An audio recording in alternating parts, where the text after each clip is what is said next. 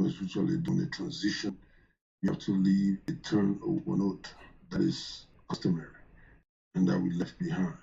But uh, and that's something that people are not ordinarily required to follow it, and they come up with their own view and their own understanding how they want to do these things.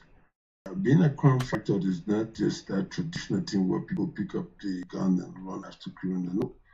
With a master's degree in police administration and a master's degree in criminal justice with emphasis in police administration and operations, you basically will follow the modern tactics, the modern application of police science around the world. And so being a crime fighter does not take away your understanding of community policing and all of those modernized strategies and tactics that have been employed all around the world. But you coming out of New York, uh, coming out in 2002, uh, they joined the institution in 1998 when things were scattered in New York, when 24th Street was a no-go zone, and you're hanging out with guys who are part and parcel of the street crime. You come back to your own country where you see not the similar stuff, but you see semblance of disorder. And you are taught in police school to establish certain methodology so as to establish order. And once you establish that, then you also take another step in creating the condition where these things would be, the people would try to relate to the established norms. And that's basically how we define our crime fighting resume. But, well, like you said, to answer you directly, of course, we'll leave a turnover note. We'll leave, and I've also availed myself. I'm a nationalist. I've never kept away from the police headquarters because I really like to see law and order. I like to see our country to progress towards the rule of law. Because it is only through the rule of law that we have a functional society. And you can't find guys taking arms at night and terrorizing society, and you think you have a functional society. It's not going to happen. And history has told us that you cannot succeed on disorder. And, but you have to live within the confines of the president's criminal justice agenda, and the president decides who to carry on that agenda. That cannot be teleguided by just, it can't be teleguided by the Senate. It has to be the president doing that. And that was left with the president. And I respect the guys who are championing the president's criminal justice agenda right now. Patrick has been the guy who worked for me. Patrick on the police for 89, a couple of years after I was already in the police force. He was my 109. He was my senior inspector at the time when I was 102. He's a straightforward guy. So I respect his understanding of the police work. And so we've never crossed back with regards to how he runs his police work. Every police organization will have a culture, and somebody will have to teleguide that culture. And that culture must reflect the prevailing situation of the country at the time. Whatever way Mr. Sulu runs that is left with his own prerogative. But I can vouch that he's a good policeman. That I can tell you very well. And so we left everything there for the folks to read and the folks to adhere to. And that's what we can do. And when I realized that we were finding our way through the different means, we decided to continue, but we'll continue on the private part of our job. Okay. I created my own police force, sort of. I created the Pilot Security Consultancy, which is one of the largest private security institutions right now in the country. Pilot is the professional international law and order team. Hmm. We diverse in all of the portfolio we have. We have VIP, we have debt collection, we have gas service, of course. We have investigation. Uh, if you have theft, if you think you need our service, you don't have to go to the police. You want to come to us to do the data collection for you. We can do that.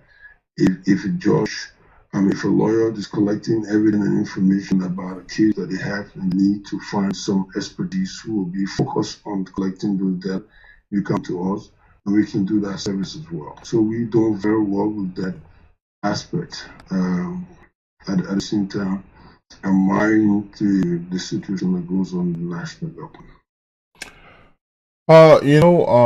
The Republic of Liberia, of course, is known for um, acts that will scare people off. Whether or not it has to do with armed robbery, whether or not it's just the way we exercise our politics. Anybody who is not used to the Liberian way of things, um, you will firstly think that um, you know the country in itself is still not stable, even though we've come from the war for the last almost 15 years. But you still go there, you still see um, you know everything done in a chaotic manner. People using extra lanes to make their way to work because they have some authority in government, or individuals setting up shop everywhere to trade, or people walking in the center of the street and then they expect the car to I mean, a street. These are roads that were meant for vehicle, but individuals plow those roads. I mean, the pedestrian use those roads as though they are the vehicle, and so on and so forth. There's so many things that you can look at our country and say all is not normal. You have been in a mindset where these are some of the things, the wrongs that you were trying to right. What were some of the challenges you would say you encountered? Because I remember you were not the most popular guy when No, you were trying to stop the motorcyclists, quote unquote, pen guys from plying the street at a certain time of the night, or to create some law and order where they will use certain access roads or routes for the activity, because it's also economic activity. You were never the most popular guy. But so, no, no. I would never. And anybody who's actually putting all these restrictions and standing in the line in the face of these guys, who basically look at this order to be the new norm. And if you try to kind of fraction the country to believing that it is not the way, that's not the new norm. You don't go selling panties and oranges on the main street, Broad Street. You don't go opening shops right in the middle of the street. You don't go. The street is a little better off now than when we took over. It was bad off, and so then you got the pimping guys right in the middle of the road, and they hit your car, you wrong, and when they hit them, you wrong, and they're jacking people's stuff off the street. And these are the same guys who will be used at night to go victimize the folks because they have easy access on the bike. They can go place to place in the community. They can go on these feeder roads and have access to community areas and stuff like that. And mind you, they have some very productive pimping guys who are using the bike basically to do genuine things. They go to school, they used to pay their tuition, they pay their rent. I paid pretty close to 30 pimping guys rent and school fees when I was serving as one too. Because I knew they had good intention. I knew they would follow the rules. I knew they would follow orders, and they had good intention. But there are guys who will not do that, and because they have their own crew that eat them. At the end of the day, And then the guys who buy the bags for them as well will consider you a bad guy as well, and they all make you public enemy number one. Hmm. At some point in time, one time I woke up from before getting to work. I was 1 2 at a time. All of the radio stations had my name. Every single one of the morning show had 102 Abe Kromah. Abe Kromah hit this other motorbike guy. He hit this other guy. He did this. He did everybody. We have so like you said, people look at the thing and they don't read. They just look at the snapshot of things that comes out, and people just make conclusions based upon that. But at some point in time, when I first came back from the States, I look at that, I was kind of nervous. I said, really? Why would they say this about me? This is not true. This is not factual. But then when you come back here, you got to get used to it. The guys will now use that because that's the way they can take people off track. If they use this kind of smell campaign, and then if you're not strong enough to go back after it, and then you find yourself in serious trouble. So I learned from them very fast, and then I started to combat them. And so most of the lies, we debunk most of the lies, and then we find ourselves trying to enforce the law the way it should be. And that's how we establish the order that we left behind. The guys do not travel at night after 10 o'clock. The bags were packed. And if you violated that, your bags were seized. And you could not travel on the main boulevard and the main street. You could not go to certain part of Monrovia. And that was the mandate, not AP Kuma mandate. That was the mandate that came from the government. All we're doing is to enforce the law, enforce the mandate as well provided to us. And we had some successes. We basically found ourselves making headway in regards to the implementation of those orders. And even though it came with zero personal attack, but we found a way to succeed. I'm pretty sure those who were extremely angry with you at the time are themselves today national leaders, and they wish, the reverse could occur where they will have someone who help them hold down law and order to a certain level. A lot of times us Liberians, because we're not in the corridor, we tend to make innuendos and falsehood, and that's like you said, that's how we forge ahead. That's how we create this divide.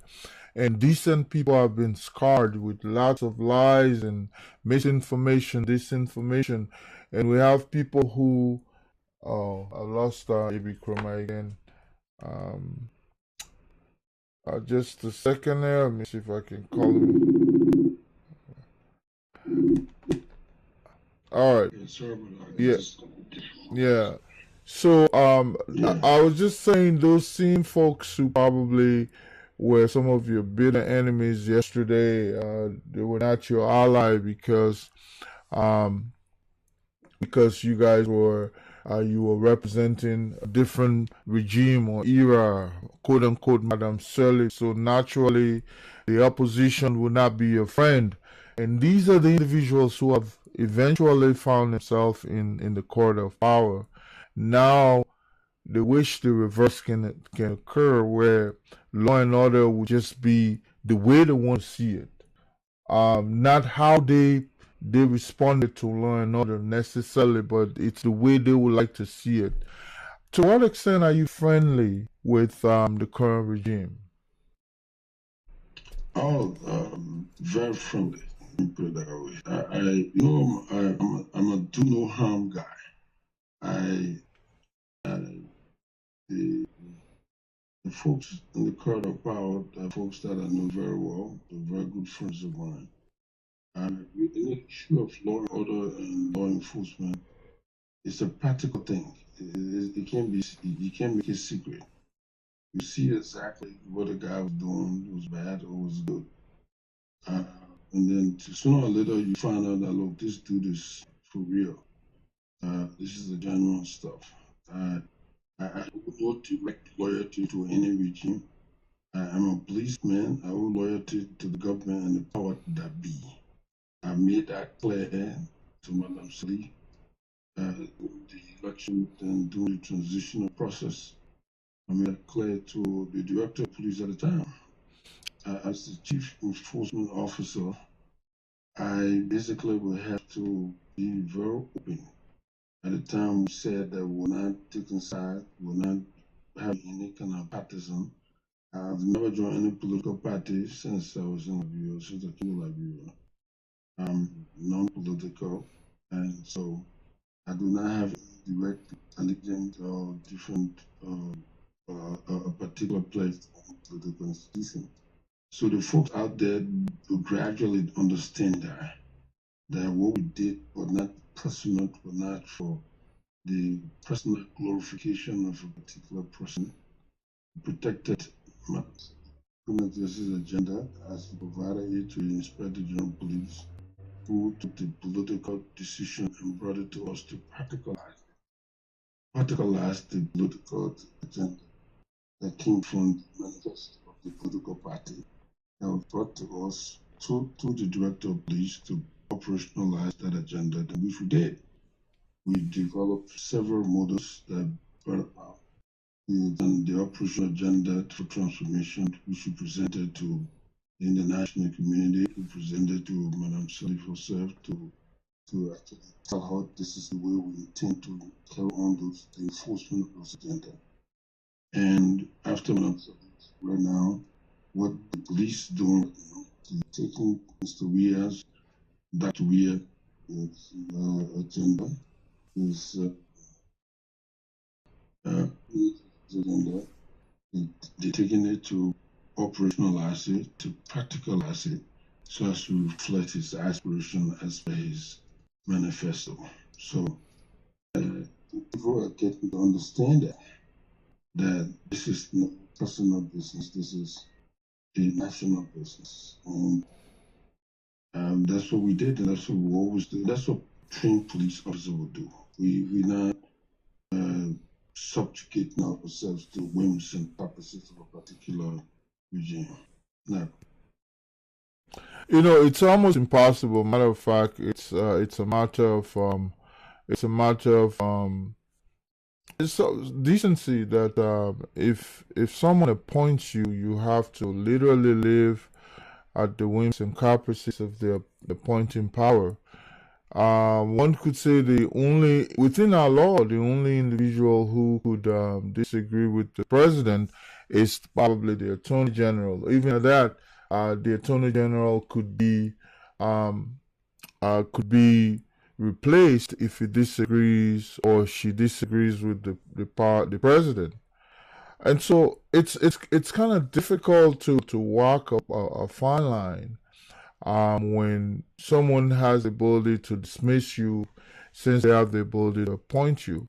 So how do you balance those kinds of euphoria where you're not elected because unlike other bigger jurisdiction here in the commissioners of police or commissioners of security, those are elected positions, so that the sheriff is one, which is but you do have commissioners who are voted in. It's just that when yeah, they are because they don't want, if someone can appoint you, they will have the ability also to replace you. It happened with Trump and the Attorney General, for instance. Um, you know, once you begin to cross the line, somebody will replace you with someone else that is loyal to them. So how do you pull through those kinds of moments? You see, I come from the East Coast of America, and on the East Coast, most of these guys who were headed to this the end of the political power. Straighten up your audio. I mean, it's really coming through fuzzily, and if we're going to use that form, because it's frustrating when people are trying to listen at the same time. It's difficult to do. See if you can. Okay, so you hear me now? Yeah, clearly it's better. Okay, so basically on the East Coast, the political power basically teleguide the face of the commissioner of police and the rest of it. But however, the guys that I appointed on contracts. The tenures are there. They basically within the confine of that tenure. Mm-hmm. But that's what we're trying to do with the new police act, but it didn't work the way we thought it would have been. So that when you have a tenure, it'd be difficult for the guys to come and just walk over you and dismiss you because they disagree with you. Within the very police act, it tells you exactly some of the do's and don'ts of the people occupying the particular office. However, they didn't have that. So the policemen were always going to be subject to order. But there has to be the line of demarcation with regards to how your role. And when you go to police school, you are taught to manage the manager, to manage the politician. You have to, because the politician will always appoint you, they appoint you to carry on the agenda, yes. Yeah. But they also appointing you so that you serve as the middleman between they and the public that appointed them. So if you're too hard on the public, that become offensive to them. If you're too soft, that become offensive to them. So you have to walk the middle line, and you have to be the one informing that particular political appointee or that power that be on a regular basis as to the action you're taking, why, how, who you're taking it with. That has to be your way forward. You have to make sure that person, the president, or not just the president alone, because you're working for the government, you have to make sure you keep the speaker in check. You have to keep the speaker in line, the president pro tem. You have to keep the president office in line on a regular basis as to what is going on, what is obtaining. Before the action is taken, you have to lay that out so you understand the action you're taking, and because the action will be within the confines of the law. And you have to be able to articulate that cogently so that they understand, because any contact action is going to be a violation of the Constitution, and that's how impeachment and other stuff can happen. And so you got to be able to work the line. You got to be able to advise the power that be adequately, and you got to be able to service him. If you can't service the power that be, it makes it difficult for him to govern. Because mind you have to be cognizant of the fact that he is a politician. He has the people, he demands the people vote, and the people love, and the people admiration. And the people also, you have to also turn to the people as well. The people require the social contract provide for you to go after, to provide help for them. They also give the citizens the right to also provide the service and the help to you too as well. So to the extent where you can articulate that to the citizen, let them understand that you are a functionary of government, because the police is the vivid authority of state government. So they will have to understand that you work for them, so that when they do these things, they will be counterproductive. And so once you can articulate that, you can let them understand the line, the demarcation, and then you'll be a successful director. But if you cannot, if you become so engulfed in just protecting the job, and you cannot provide a service that they deserve, then it makes it difficult for you. But you have to have a formal training in law in police administration to go there. It seems as though we are actually having network issues and so on and so forth. But one thing I would say is this: before we end this broadcast, it will be unfair for me not to bring some of these things up. Last week or the week before, I had a gentleman on my show, and us Liberians were noted. You said it earlier in this interview that people make up in windows lies, and false accusation, allegation against people, and because of the nature our society is, I can say we're not so much an educated community, an educated society. One may disagree with that, but it's the way we do things. It doesn't take much for someone to collect a hearsay, and then they make that hearsay into their own story, and then share that story in different form. Then by the time it gets to Nimba County, it's a different story completely. And so we're noted for making up things, and we're noted for also purporting those make up things, those made up things, and we're a society of rumor. That's indicative of an illiterate society, so to speak. Now you are one time accused of you know war, all kinds of war related crimes and stuff. I know you very well. We were together during the war. It was hard.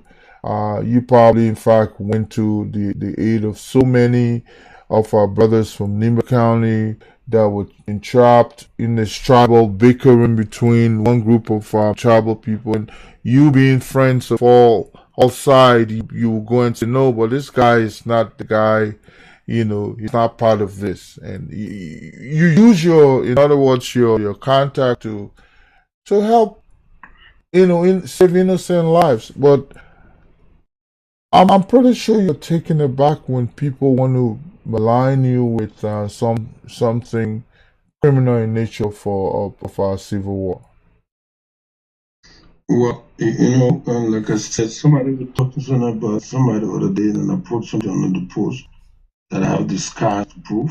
Yes. Yeah, I have the scar to prove because I've been victimized. I've been called names. There's a particular gentleman in the States, I don't remember his name right now. When I went to the States newly, he must have went to battle, like real battle. He went with all his, news and gossip that he had. Apparently, he said that the thought process was that I was Abe Kromah. And I told the guy, look, my name is Abraham S. Kromah. And the Khalidu in my name is the same thing as Abraham. So that was a different thing. But the guy would not understand. I said, look, I don't handle, I've not handled any gun besides my police service weapon. And so why are you trying to malign me? Why are you maligning me? When I became chief of staff of the EFL, it was after the April 6th crisis. It was basically, yeah. So why are you trying to connect me to all kinds of stuff that you have? And I must make the correction. The Chief of Staff of the Armed Forces of Liberia, April 6th, was a constitutionally elected position. Yes. Because we had a transitional legislative assembly, which was the legislature, and we have that headed by Madam Ruth Sandperry, who was serving for a term. So we had some constitutional arrangement in place, and the Chief of Staff, once you're appointed, you are commissioned as well. Thank you. And I still have the commission hanging in my office on Curie Street. And so when I was appointed, I went to the commissioning process ceremony, and I got commissioned by the chairman of the Council of State at the time. But the perception was that because EFL have had some human rights crisis, so because the city men are chief of staff of the EFL, that the men were there, all the men were there, they don't want all kinds of things. They just generalize, and then they just put you in the same category, and everything. Everybody started defining. And I told the guy, I said, "Well, man, I'm a different person." And prior to this, when I left up, I went to the University of Liberia. I became a student activist. I joined the Student Unification Party as an advocate. I cannot be in the lead advocacy and I can't go join any kind of factional arrangement. I did not join any factional arrangement. I was nowhere around factional thing. I had to compromise my first cousin. That's not a crime. The last time I checked, That is not a crime. Okay, whatever you had against him, that's for you to define. And I think that's one basically, Go ahead, go ahead. yeah, and then basically when I left, I on the University campus created a new political party that is existing on the Yes, university campus yes, today yes. called the Student Also, Democratic Alliance. yeah, yep. Yes. Student. So you can come from that background and say you're going to join from a warring faction group to prove what? To prove that you do not speak for the downtrodden member. It just was impossible for me. But that's the life most of our brothers will live with. Once you hear the name of Abe Kromah, yeah, Abe Kromah, yeah, the guy, yeah, the Abe Kromah, yeah, that's it. And then now, what I told most guys and what they do not understand, when the UN came, when the UN established their office in Bomb Hills, they needed a security structure. They needed to find a security company to actually provide security for the UN system there. Mr. Gordon Summers, General Aziz, and the rest of the guys have had the opportunity to interact with me when they visited IG one or two times in this Congo Town residence. And I think that I do have a security group called the Cool Security Group. You see, fund would like you to hire a service to provide security for our people in Bomeo. The fact that you have Mr. Kromah here, there's an added advantage. You provide that protection for us. We'll provide you the necessary equipment. We'll sign a legal contract with you. They sign a contract with me and sign it, and I provided the security for the UN headquarters in Bomeo. Folks that saw me in and out of that era to make assumption, everybody start defining. And you extend that from beginning to end, people develop their own understanding. You know, of course, Trevor Gordon Summer was UN Special Envoy to Liberia during the crisis. During the middle part of our crisis, Gordon Summer was there when Camp Noe massacre occurred, and and then we also had Daniel Opande, who was appointed the former general of Kenya, and so our civil crisis, has lots of historical ties to it, but a number of our folks don't get their news by reading; they get it by hearsay. Certain individuals are noted for taking on the international wire and just spreading rumors, and that's how people learn, So if you give them false information, I mean, they have absorbed false information and they spew that back out, and of course it will not come out originally because it's a second-hand information that is even false from the beginning. So, but on the phone there is former director 102 of our national police, Abraham Kromah. Mr. Kromah now heads his own private security organization, and he had mentioned that they do a lot of things, including debt collection. That's interesting. And of course, they provide private security, for, and even if you want PI work, you want someone to do formal investigation for you on certain situation. If you've been accused falsely and wrongly, and you need some evidence to to help you get out of that situation, Director Kromah is who to contact. Of course, he is good at what he does. That's all he's been doing all throughout his life. And I got him on the phone. Of course, it was a video call earlier, but given the fact that network problem in Liberia, so we decided to do this by via audio. Director Kromah, while I got you here, what is the status of people who were part of our war effort in the past? I hate to call them, former warlords, because they've gone through some level of transition, even though the crime has not gone away. But and their status itself as, so you cannot continue to refer to them by that by virtue of of international arrangement. If someone was a prisoner and they've gained their clemency, you cannot continue to say criminal Jones. You will call them by their name because that's the only decency society can afford. But what is the status of people like Haji Kromah, people like the other Warren Bole, those folks who are in Liberia right now trying to re-enter society in the normal way? What can you say Well, is the status of some of these people? well, I know Mr. Kromah very. Mr. Kromah has been in, I don't know what you call, enter society. Mr. Kromah has been teaching at the university for a while now. Okay. He's also been minister of state. I mean, he also been Director, he worked for the military. LBS. Yes. No, forget about that. I'm talking about after the war period.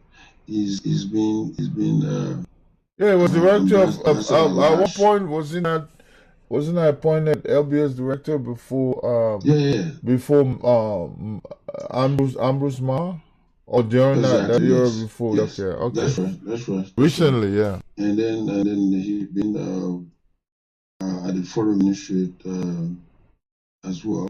So and so he's been in and out of government. At this point in time, I think he's going through a little bit of health crisis at his own. And Mr. Bole, Mr. Bole was elected by the people of Granjide, Representative. one of the districts out there, and so he's in and out of that. And Mr. Penny Johnson, he's senator of Nima County. He's out here, and so yeah. So the folks are basically going in and out of government at will. So. But Director Kromah, the current state of emergency.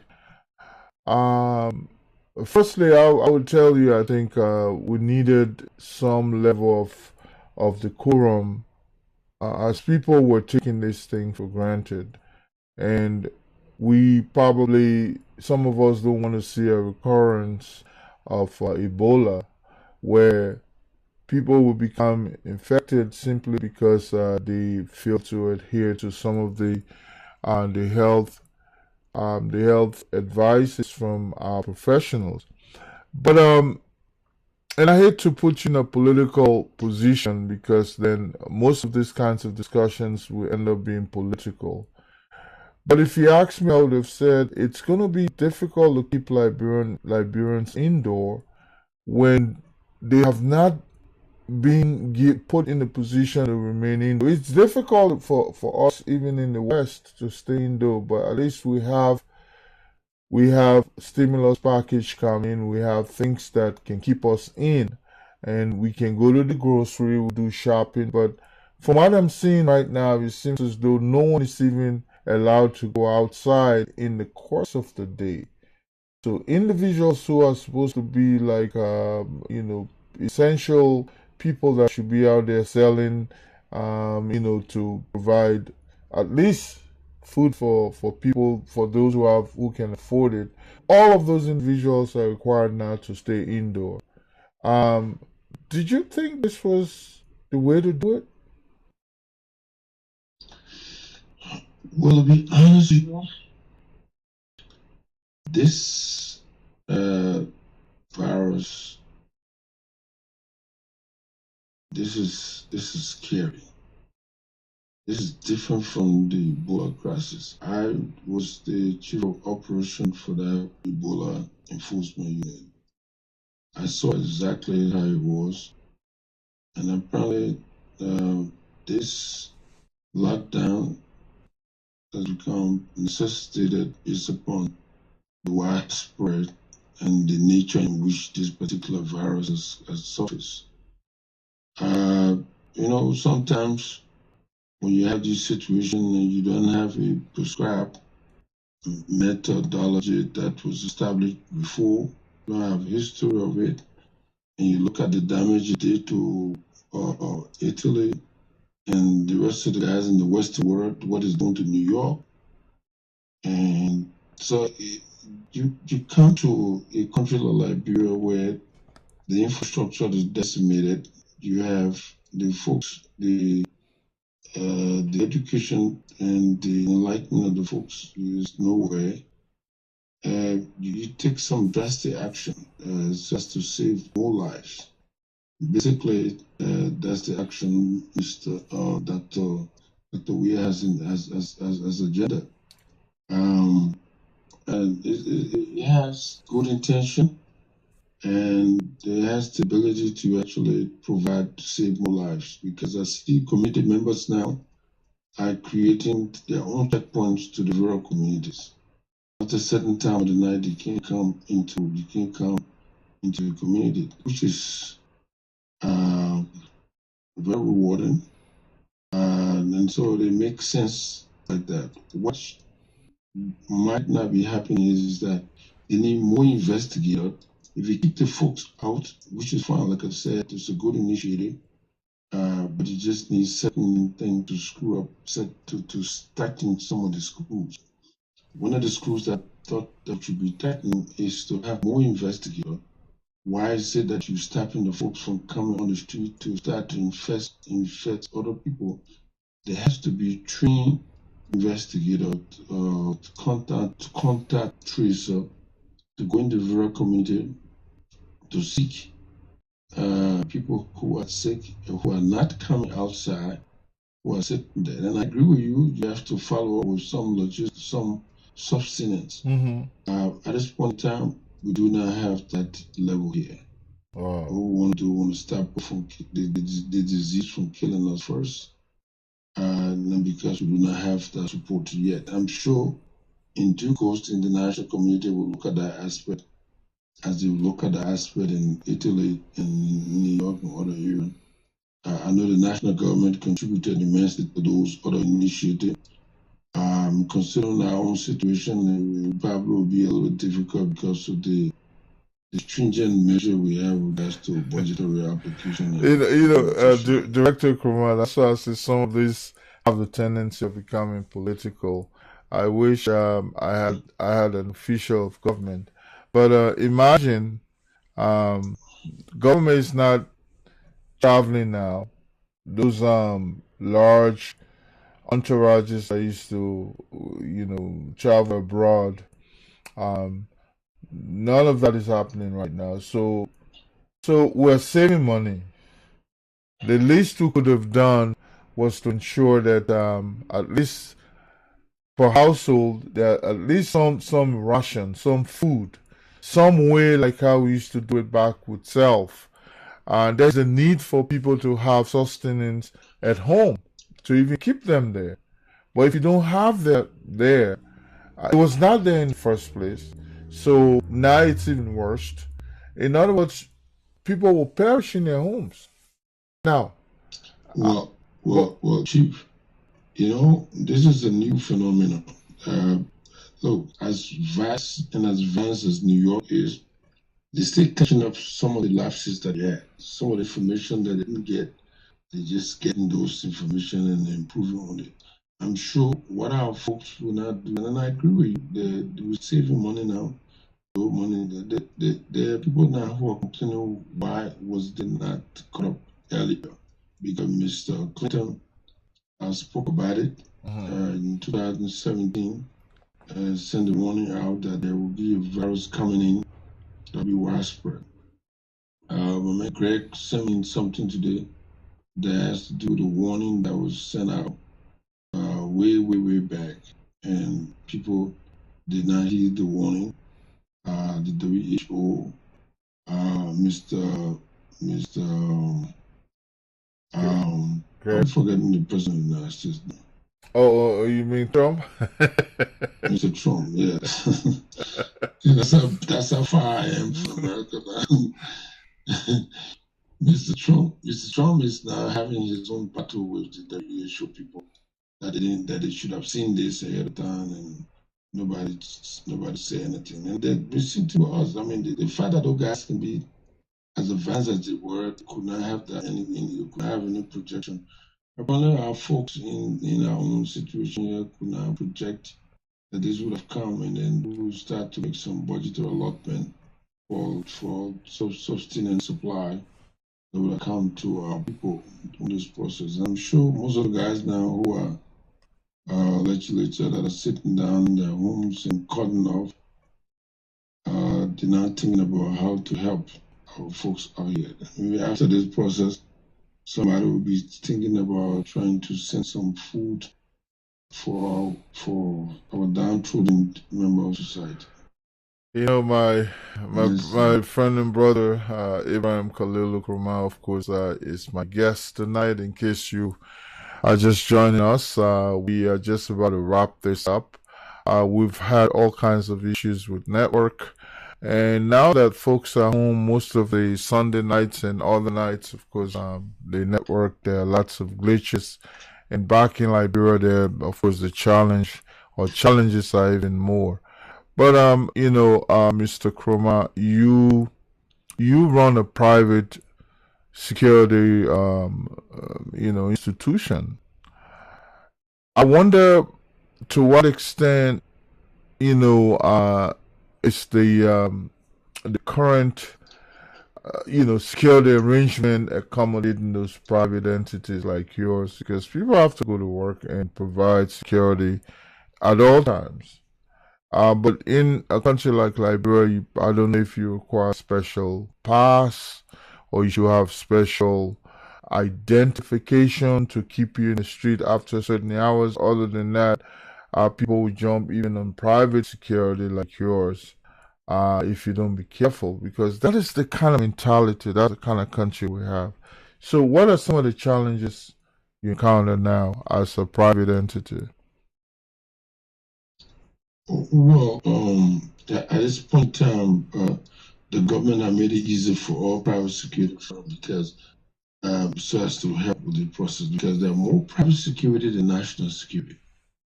That's what it is. So they need the private security right now to be of help. Right now on the street of Monrovia, my folks are on the street.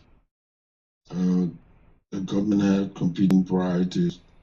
Logistical support is not as strong as it should be because of the competing priorities they have right now. So you have the private security with their own private funding and private resources. We can chip in. We have vehicle to patrol. We have fuel to patrol, so we can always be around. We can do police presence because as I said in criminal justice, there's a turret called the routine activity turret. In the absence of the cable guarding, crime will be committed. So, and the cable guarding is the presence of somebody who will be seen as a protector of that particular item or that particular community. Now, when you find police officer not there, you find the private security there, and so it makes it difficult for people to victimize the folks out there. So government have seen all of that, and they requested that we can be on the street. Hope securities be unified and have identity, and that we can patrol. My folks been out, and they've not had any problem. All But right. it's also issue with regards to security organization that still struggling to establish. They've had some problems, but other than that, we've been good. You know, just before we wrap up this, what is the state of the armed robbery in Liberia right now? Because I tell you what, that was a concern before even the coronavirus, that armed robbery was back on the increase in Liberia because the but we cannot say because Director Abe Kromah is not there. That's why, but we just know that it was quite a challenge during your tenure. So, what is the status of that? Because we're still hearing that people are being robbed in the cover of darkness, and of course, in Well, broad daylight. people have been robbed. I mean, even in the, this is a situation where this is one situation where people have been robbed too, because most of the guys who are supposed to be around walking around the street to provide a capable guiding person are no longer there. And so you find guys, and that's why you need a private security to be present. The private security will have to be there to provide our presence. And so, but yet the robbery stayed on an increase. But considering this curfew, I'll call it curfew, it makes it difficult for the guys to commit these things. The security, the national security is on the street. So we don't expect any kind of robbery at this point in time. Good. We only have 2 more minutes left on this broadcast. Of course, if you're just joining me, you rather late. You can watch the repeat of this. You might see the clips in different form because we have breakage in terms of our network, and of course, Mr. Kromah himself joining us in and out of network problem. But to wrap this up, Director Kromah, we will always need professional services, whether either at the university level. But why have you not gone to assist, help to set up some proper criminal justice center where Liberians will go and begin to understand the function of our constitution, the necessity for law and order, how to follow basic rules and regulation. It is something that is needed. Uh, you being an academic in that area, why have you not done that? Well, thank you. That's a good insight. But we do have. When I came back home, when I went straight into government work, I went straight into working for the police. But yesterday I took time to first with creating a relationship with the John Jay College of Criminal Justice for one of the institutions here. But that's yet to work. But while we're working on establishing what you're talking about, it is actually in line. Okay. But we decided to go to an established institution that deals with criminal justice, that is Zion University, that basically graduate student for criminal justice. Okay. So I was contacted with your man. Your man is the chairman of that particular department, Johnson, the counselor. Oh, okay. Arthur Johnson? Arthur Johnson, yes. Okay. Arthur Johnson's contacted me and said he wanted me to provide some services there. And we decided we provided pro bono service since we started with the school. I've taught, I teach the senior level courses there. Okay. Introduction to criminal justice too as well. Introduction to private security administration, competitive criminal justice. I also teach there at Design University as well. All right. So no, we tried to do that, but I wanted to see if I can have the opportunity to provide at this level too as well, while we're waiting to have a broader, holistic approach towards it. Director Kromah, thank you so much. If you were to give 2 recommendations for the current crisis in Liberia or global pandemic as it pertains to Liberia, what would be those 2 recommendations? You mean to government or to the? I mean, just in general. It could be the government. It could be to fellow, criminal. All I'll tell my fellow Liberian, stay home. And again, it's difficult to tell people to stay home when they don't have food to eat, but it's better to be alive than to. I prefer not getting sick, staying home, and save the little I can, to hustle little I can on the street and come back. But I would think also the government, one way or the other, will come along to provide some sustenance for the folks that are staying home. And all I also want to tell government, and we have to send more investigators out. I understand Major Kuji has some folks. I don't know the definition that they had, but a lot of folks are needed to go in the community to actually help on awareness, and the folks that are trained medically also have to go in there to check people who are sick, who are incapacitated one way or the other, bring them to the hospital so as to get some solution, get ahead of this process. So those will be some of the recommendations I'll be sending out there. Well, my brother, I'd like to thank you for taking up your time to come in today and to provide information for us. You should not make this your last, and we will always just a second there. Okay, I will keep in touch. And you got my number. Anytime you need me to come and throw light or anything, let me know. Definitely. I'll be there. It was a pleasure, and thank you so much. I know time is fast spent there, and Yeah, thanks for being up, sir, and the family. Extend my thanks to them for the understanding.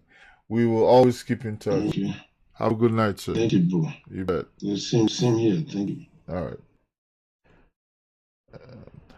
And of course, that was Director Abe Kromah.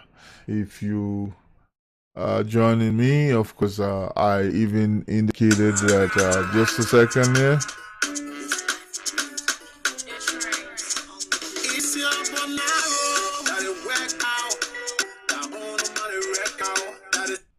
And of course, that seems to be a new song that just popped up in Liberia, and we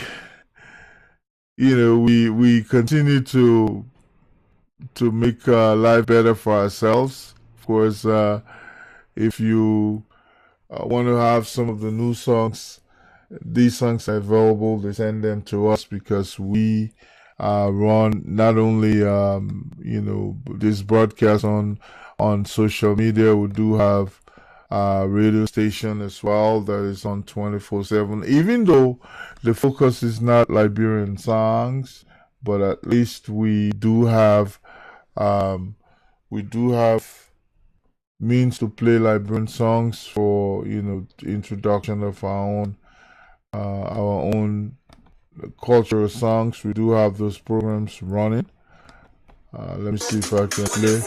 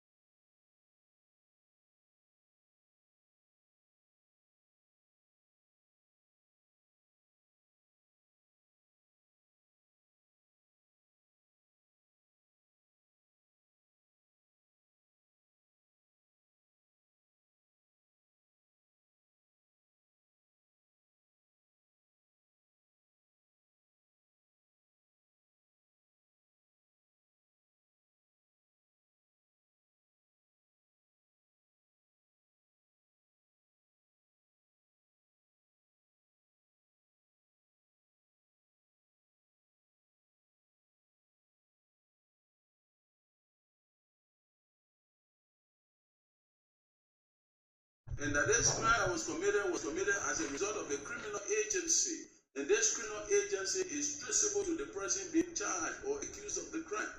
Then they have the prima facie evidence. That was prima facie evidence. So the return of the formal allegation by those group of citizens who have been called by the court to listen to the allegations of criminality by the prosecution is what we call the indictment. That indictment means that there is a prima facie evidence, an instance of evidence on the first stage for any person of a reasonable mind and prudence to believe that indeed a crime has been committed, and the people accused will be called to answer. That is what we call the prima facie evidence. But at the level of the trial, it goes beyond that. You must prove beyond a reasonable doubt. And that is what we have done yesterday. We presented evidence to the court, in which, in fact, the defendants had a right under the adversary system for their lawyers to cross-examine the witnesses that were given. In our submission, we believe at this conclusion that the evidence that we have presented to the court in the fight against corruption with particularities to this particular case regarding the AFF pension money is considered to be what we call an ironclad evidence. It is an evidence that is not an easy thing to just simply escape out of. It is an evidence that conclusively clarifies that indeed that there is a crime, or there was a crime that was committed, or there were crimes committed, and there were criminal